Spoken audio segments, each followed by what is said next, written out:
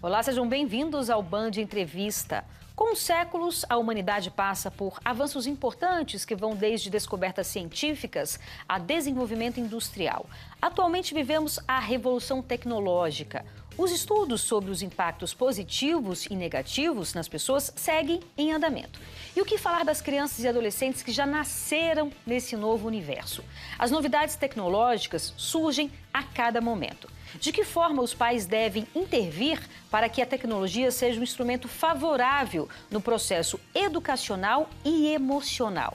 Sobre esses assuntos, a gente conversa agora com a psicóloga especialista em crianças e jovens, adolescentes, Renata Bessa. Muito obrigada pela sua participação aqui, viu, querida? Eu que agradeço. Maravilha. A pergunta é de milhões, né, na verdade. Como a gente falou, os estudos seguem em andamento, mas eu queria que você falasse um pouco sobre... Você é especialista, né, em crianças e adolescentes. No consultório, você percebe um aumento de queixas relacionadas ao uso excessivo de celular? Ah, com certeza. Vem muito e muitas vezes não vem com a queixa principal sendo a questão da tecnologia, mas quando a gente vai investigar, quando a gente começa a entender melhor o caso, a gente percebe que sim, tem uma relação alta com a questão da tecnologia. E isso depende muito da idade e varia muito, né? Então, assim, eu trabalho também com estimulação precoce com crianças com autismo, por exemplo. Então, vem muito caso de criança pequena, com menor de 2 anos, 3 anos, com atraso significativo na fala, com atraso na socialização, com esses marcos de desenvolvimento que são esperados para essa idade ali de socialização, de comunicação, de início de fala, não acontecendo. E aí começa, será que é autismo? Será que tem alguma questão? E quando a gente vai ver uma criança, não existe autismo de tela. Acho que tem que só colocar um parênteses, porque então, se fala, não, porque a tela causou autismo. Não, gente, Sim. Isso não tem nenhuma...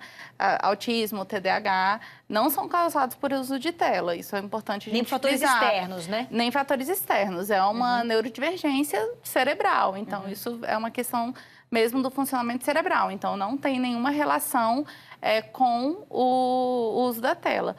Mas atrasos que a gente vê no desenvolvimento, no caso do autismo, por exemplo, em crianças pequenas, podem aparecer com a baixa com o uso excessivo de telas, na verdade, né?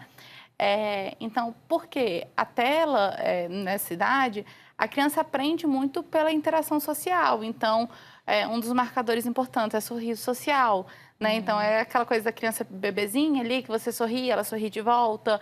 É a imitação, então ela tem que estar olhando para você. Então, todos esses marcadores de comunicação e interação social são dados na relação com o outro. Se eu troco a relação com o outro por uma tela, em que eu sou muito passiva nesse processo, porque o grande problema da tela é a passividade que esse processo, que a tela traz, em que eu não ajo no mundo, mas eu recebo uma interação, né? eu só recebo a informação sem agir, Sim. né? Então, eu vou estar ouvindo uma musiquinha lá, mas eu não vou estar cantando junto, eu não vou estar fazendo o movimento junto com a criança, né? Então, a criança fica no processo mais passivo e perde oportunidades de aprendizagem, né? Então, por isso que a gente fala que, e é uma indicação da OMS, né? A tela 0 até 2 anos de idade. Isso já é uma indicação, né? É uma indicação da OMS. Então, assim, crianças até 2 anos de idade, a ideia é zero tela. Zero telas, assim.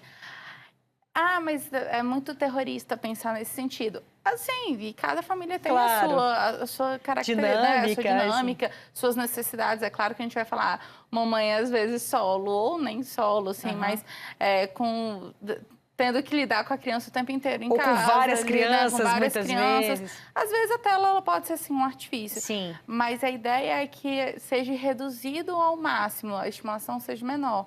Até porque, além dessa questão da passividade, o nosso cérebro ele não é formado para ter informação rápido demais, igual a televisão, igual as telas entregam. A gente tem que lembrar que nós somos bichinhos, né? Então, difíceis. Exatamente, bichinhos complexos, né? Com linguagem, com todo esse processo. Então, na estrutura cerebral, a gente não está preparado para receber esse tanto de estímulo, né? Tanto que hoje se fala muito também de desenhos de baixo estímulo para crianças na primeira infância, ali até 5, 6 anos. O que seria isso? São desenhos em que a tonalidade das cores do desenho são um pouco mais baixas, o ritmo do desenho não é aquela explosão de cores e sons e movimentos, né? Então, são histórias com início, meio e fim, então que você trabalha mais esse nível de atenção, porque isso é importante também. Às vezes a criança é exposta à tela pequenininha na Galinha Pintadinha, que são 3 minutos de uma explosão de sons, músicas e cores, sem um ritmo de início, meio, enfim. Então, você treina uma atenção muito curtinha para a criança com um estímulo muito grande, né? Esses desenhos, então, para a gente pensar, né, a geração de antes, o Castelo Rá-Tim-Bum, que são cores mais baixas ali em algumas... hoje em dia tem a Blue, né, que é um dos mais famosos deste de baixo estímulo, que a tonalidade é tudo em tons azuis, né, são cores mais baixas. Então, dá uma estimulação cerebral para a criança menor, né? Isso eu vejo muito no consultório, porque aí entra também nesse aspecto com crianças pequenas, né? Que é essa primeira infância do atraso no desenvolvimento.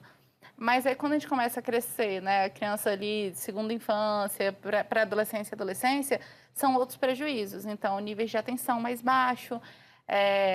Se a gente pensar também hoje os artifícios do YouTube, por exemplo, né? Com adolescente. Tudo assiste vídeo em velocidade de 2V, né? Ali, né? Tem paciência para nada, né? Não tem mais paciência para ouvir. O nível de ansiedade altíssimo. Exato, porque eu não tenho paciência para ouvir a fala do outro, para acabar, né? Então, isso eu perco oportunidades de habilidade social. Então, não estou mais falando só de marcadores do desenvolvimento. Estou falando de perda de habilidades sociais, de não saber conversar.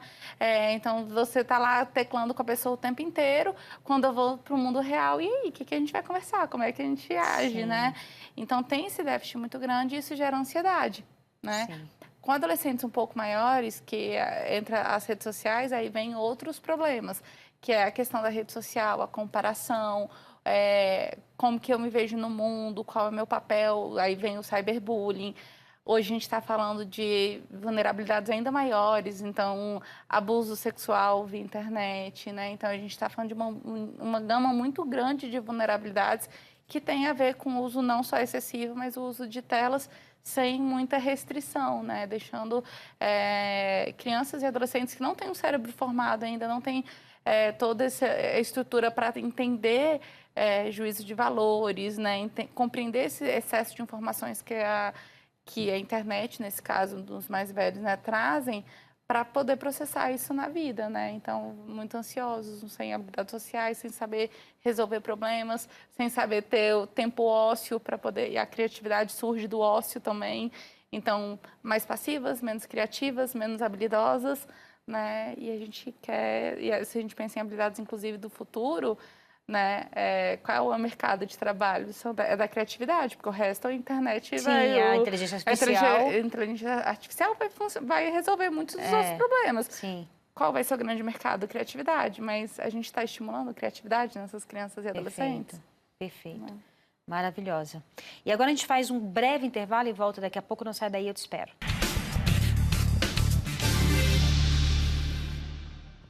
Estamos de volta com o Band Entrevista, hoje falando sobre a infância e como crescer em meio à revolução tecnológica. A nossa entrevistada é a psicóloga Renata Bessa. Tanta coisa que você falou aí, né, anteriormente, tanta coisa para a gente refletir, para a gente pensar. Existe um debate, inclusive que está dentro do Ministério da Educação, sobre o uso ou não de celular dentro da sala de aula. Sim. A gente tem um caso de uma escola aqui no Distrito Federal que restringiu esse uso dentro da sala de aula e eu vou convidar você e as pessoas que estão nos ouvindo e vendo para a gente ver e ouvir essa reportagem. Vamos lá. Já se passaram quase 3 meses desde que o Centro de Ensino Fundamental 1 da Candangolândia proibiu o uso de celulares mesmo no intervalo das aulas. Depois desse período, a direção da escola percebeu uma melhora no desempenho dos estudantes. No convívio social entre os estudantes, sentimos muita melhora na redução de bullying nas questões disciplinares da escola e também agora no final do segundo bimestre percebemos uma mudança de comportamento, de conduta dos estudantes, fazendo mais atividades, participando mais das aulas, tendo mais interesse escolar, né?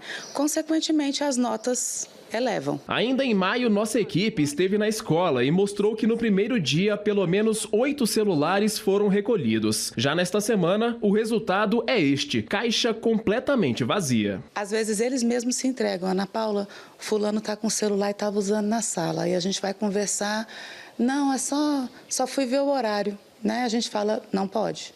E aí a gente está realmente reeducando. A Rosilene, que é mãe de uma das alunas da escola, aprovou a regra. Tem uns alunos que até sabem usar, mas tem outros que não sabem.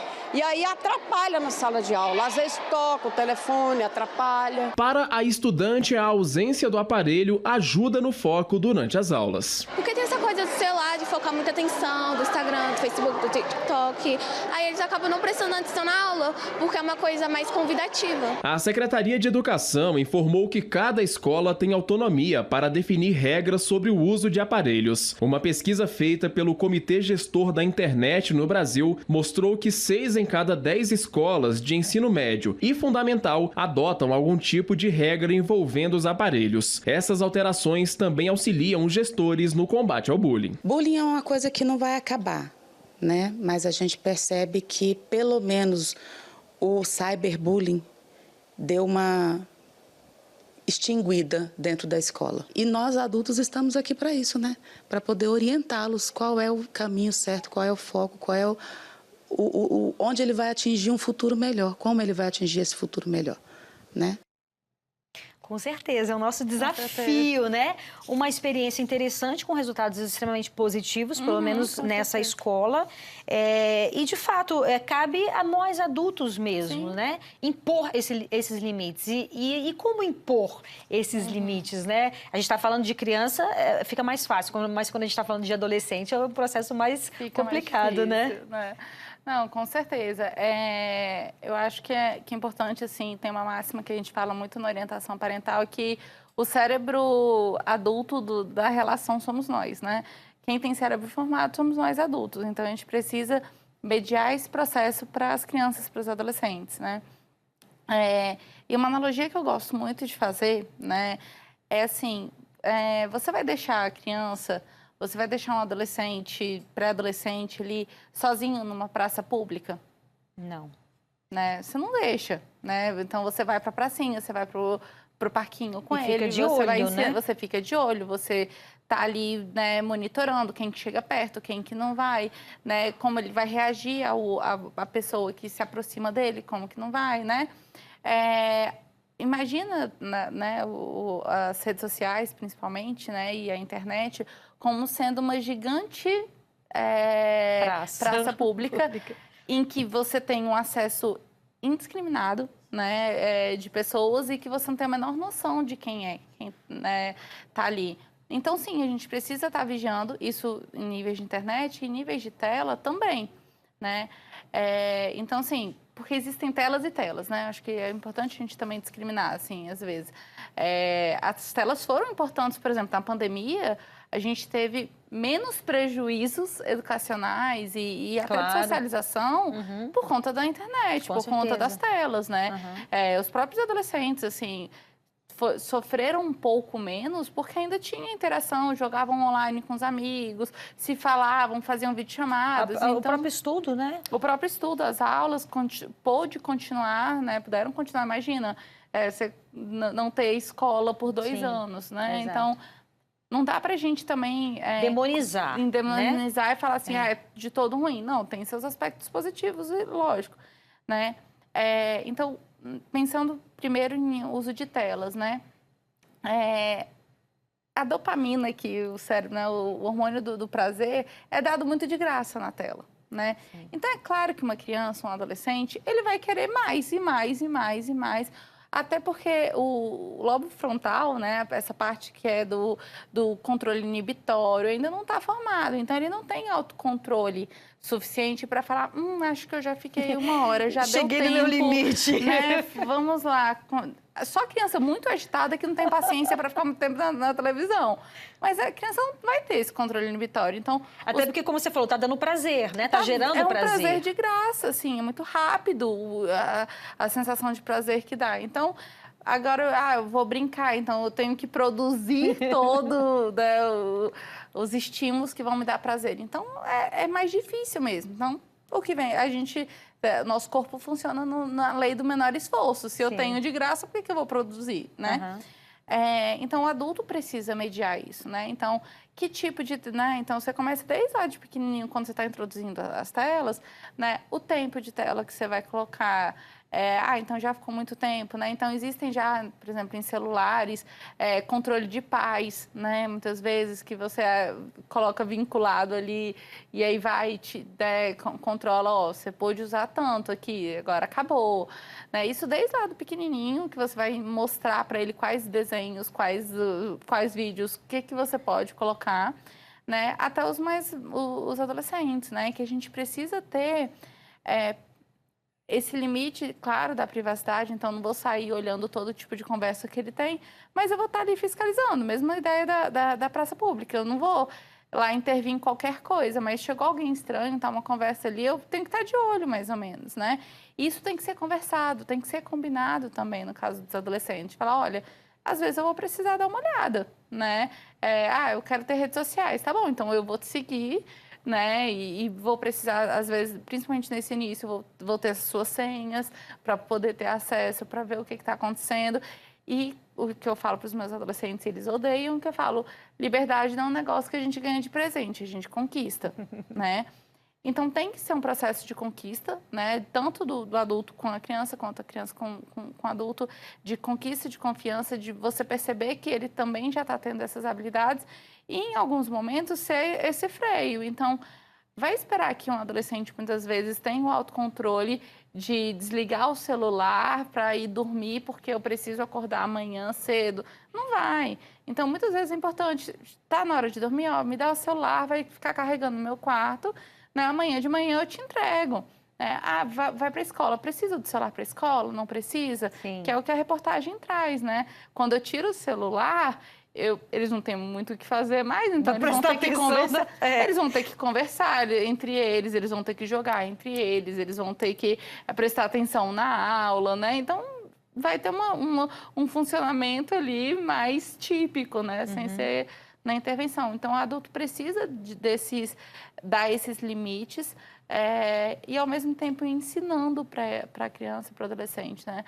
Que não é isso tudo. Então, agora você vai ter tanto tempo de tela, agora aumentou um pouco, vai ter que negociar, vai ver as necessidades. Então, isso vai ser sempre conversado nessa relação.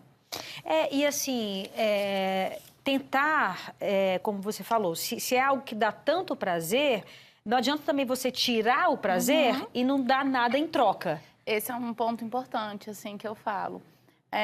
Muitos pais falam, não, tira o tablet. Minha filha não vai mais mexer no tablet. Falei, tá, e o que você está colocando no lugar? Dá trabalho, gente. A tela, ela não é... Muitas vezes não é nem a criança que precisa da tela. Somos nós adultos que estamos cuidando dela, que quer um pouco de cuidar, de paz, chegou do trabalho, tá cansado, cabeça cheia, fala, não, deixa ele na tela que vai ficar quietinho. Né? Dá trabalho tirar a tela, dá trabalho não ter tela ali com a criança, porque você precisa ir para interação, você precisa ir para brincar com a criança, você vai jogar, você vai conversar, né? Pensar numa criança pequena ali que está começando a andar no restaurante, você vai ter que sair andando atrás da criança, vai ter que ir no escorrega com ela, não vai poder ficar na mesa. Às vezes é muito mais fácil, não, coloca aqui a tela e vai, né? Mas a gente tem muitos outros prejuízos ali, né? Com certeza, isso tem que ser falado. Exatamente. É isso, agora a gente faz um breve intervalo e volta daqui a pouco, não sai daí, eu te espero.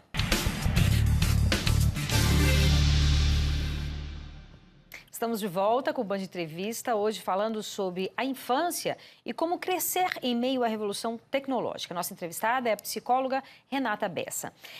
Renata, a gente está falando aqui, claro, né, dos impactos, óbvio que tem vários impactos positivos também, né? Hoje em dia você pode, em um celular, você pode fazer pesquisas maravilhosas, né? Estudos maravilhosos, enfim. Mas, obviamente, que a gente está falando sobre essa questão dos impactos, sobretudo, negativos, que é muito importante a gente deixar isso claro para a sociedade.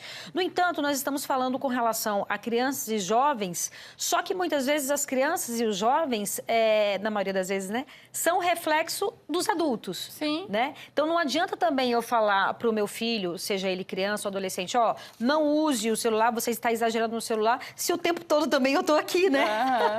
É uma incoerência, né? Exatamente. E as crianças e os adolescentes, eles percebem muito a questão da incoerência, né? Eu brinco que o ditado popular que inventaram só para aliviar a culpa do pai é faço o que eu falo, não faço o que eu faço, né? Isso é uma mentira que inventaram para os pais, né? A criança aprende por modelo. Exato. Né? Então, eles vão estar vendo nosso modelo o tempo inteiro. E mais uma vez, né? É difícil a gente tirar a tela e diminuir a tela, porque envolve o nosso também, né? Sim. Eu tenho uma bebê de quase 2 anos e aí a gente, para ela não ter tanto acesso à tela, não ter acesso à tela, a gente teve que manter a televisão desligada o tempo inteiro em casa. E foi um treino meu e do meu marido, tipo, não coloca a TV, né? Vamos colocar música, vamos fazer outras coisas, né? Porque às vezes o automático chegou, né? A TV como companhia. Aqui no Brasil a gente tem muito essa cultura de TV como companhia, né? Eu chego em casa, ligo a TV fica ligada ali, fazendo barulho enquanto eu tô fazendo minhas coisas. Isso envolve televisão, mas agora você pensa no celular. Eu entro no elevador, eu olho o celular, porque eu não quero esperar uns minutinhos ali no tédio. Tô almoçando né? e olhando... Tô almoçando, mexendo no celular. Então, é difícil a gente falar para a criança, olha, parou porque você não pode. Tá, mas você tá usando, né? Beleza, a criança não vai estar usando o celular na hora do almoço, porque também na parte de alimentação tem vários estudos que falam da questão do quanto seletividade alimentar, problemas da área alimentar estão relacionados ao uso de tela, porque eu tô ali vendo, eu não vejo nem o que eu tô comendo. É verdade, né? nem mastigando direito, nem mastigando, nem vendo o que eu tô comendo, então traz alguns prejuízos também na área da alimentação. Então, não, a criança não pode ter acesso à tela na hora da alimentação, mas eu tô lá vendo meu celular enquanto... Não, então eu tenho que dar tempo de qualidade para essa criança. Sim. Então, se eu tiro para esse adolescente, eu vou construindo relações saudáveis, né, com eles, de interação, de brincadeira, de conversa, porque na hora que eu falar, olha, agora chega, eu vou dar outra oportunidade para ela. Né? Então o que a gente vai fazer no lugar disso? A gente vai ler um livro, crianças menores, vai ler um livro, vai brincar, vai fazer o quê? Né? Com crianças maiores. Então vamos sair, vamos dar uma pedalada, vamos no parque, vamos conversar. E aí, como é que tá a sua vida? Como é que às vezes estão 2 estranhos dividindo o mesmo espaço? Sim, é muito interessante isso, porque eu moro só com meu filho, né? Ele tem 15, vai fazer 16 anos agora. E uma forma que eu busquei para que a gente possa ficar junto, ele gosta muito de cozinhar, então vamos pegar a receita no celular. Sim. Então a gente usa o celular para pegar a receita e a gente está lá cozinhando, os 2 juntos e tal. Então, assim, existem formas, né? Cada um vai encontrar a sua forma, né? Tem vários jogos de tabuleiros que são super interessantes, como você falou, enfim, vai dar uma volta de bicicleta, enfim, tem várias possibilidades, porque a gente está falando de poucos anos atrás que não tinha isso, e que as crianças brincavam. Né? E, enfim, existia essa interação. Então, é muito interessante a gente usar a nossa criatividade para oferecer para esses jovens e para essas crianças essa possibilidade de estar juntos. Exato, né? E eu acho que até alguns arranjos em casa também, às vezes, né? Não deixar cada quarto ter uma televisão, muitas vezes, que aí você se isola. Também. Então, vamos deixar uma televisão na sala, porque aí pelo menos tem um encontro familiar, então vamos assistir uma coisa junto. Você escolhe, eu escolho, né? Então, hoje você escolhe o filme que a gente vai assistir, então amanhã eu escolho o meu, e a gente vai criando essa relação que também pode ser muito benéfica. Igual você falou, vamos procurar na internet, né? Eu estava de férias com meu sobrinho, com a minha família, estava meu sobrinho que é um pouco mais velho, e a gente foi em algum lugar, né, turístico. Ele, por que esse nome? Eu falei, não sei, vamos pesquisar? E aí ele pegou o celular e a gente foi pesquisar. Então, é legal também, porque a gente tem acesso também a informações que a gente teria muito mais dificuldade, né? Mas é isso, é guiado pelo adulto. O adulto vai ser quem vai orquestrar essa relação, também abrindo mão de alguns privilégios aí, dessa facilidade da comunicação, das telas, né? Para a gente dar modelo para eles, né? Porque nem a gente sabe usar de forma funcional. Não sabemos. Né? E a gente está com... se a gente pensar nos problemas que estão vindo, as bets agora estão sendo um grande problema, porque são cassinos de livre acesso para, né, meninos pequenos, né, adolescentes que não têm a menor noção de como lidar. Maturidade. Maturidade, a própria questão das redes sociais, a comparação, os estímulos, o acesso a uma infinidade de coisas positivas, mas muito negativas também. O uso da inteligência artificial, que...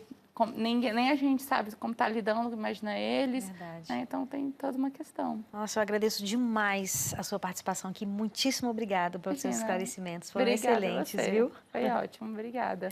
E o Band Entrevista fica por aqui. Você pode nos acompanhar pelo YouTube, no canal Band Brasília, e no Spotify, no endereço TV Band Brasília. Obrigada pela sua companhia, aproveite seu fim de semana e até sábado que vem. Um beijo. Tchau, tchau.